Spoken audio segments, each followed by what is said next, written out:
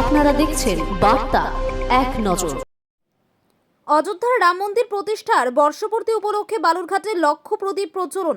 আগামী 22শে জানুয়ারি রাম মন্দির প্রতিষ্ঠার প্রথম বর্ষপূর্তি। সেই উপলক্ষে বালুরঘাটের আত্রেই নদীর সদর ঘাটে রাম পূজন যজ্ঞ অনুষ্ঠান এবং সন্ধ্যায় লক্ষ প্রদীপ প্রজ্বলন এবং সাংস্কৃতিক অনুষ্ঠানের আয়োজন করেছে বিজেপি।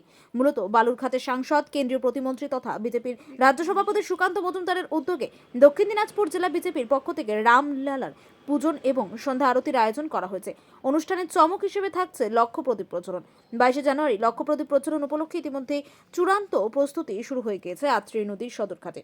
নদীর ঘাটে মঞ্চ তৈরি করা থেকে লক্ষ প্রদীপ জ্বালানোর জন্য নদীর তীরে কাঠের পাটাতন তৈরি করার কাজ চলছে পুরোদমে। নদীর সদর ঘাটে বৈদ্যুতিক আলোকসজ্জায় ব্যবস্থা করা হয়েছে।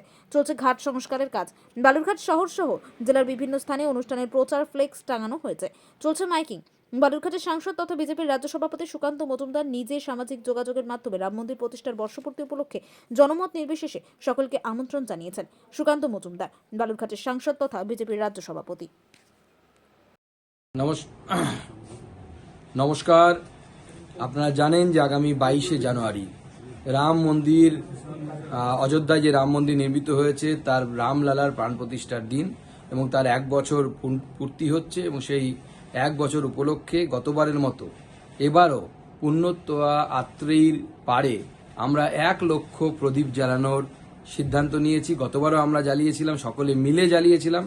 আপনাদের সকলকে আমি অনুরোধ করব, আসুন রামলালার আলো আত্রেয়ী তীরে জ্বালো।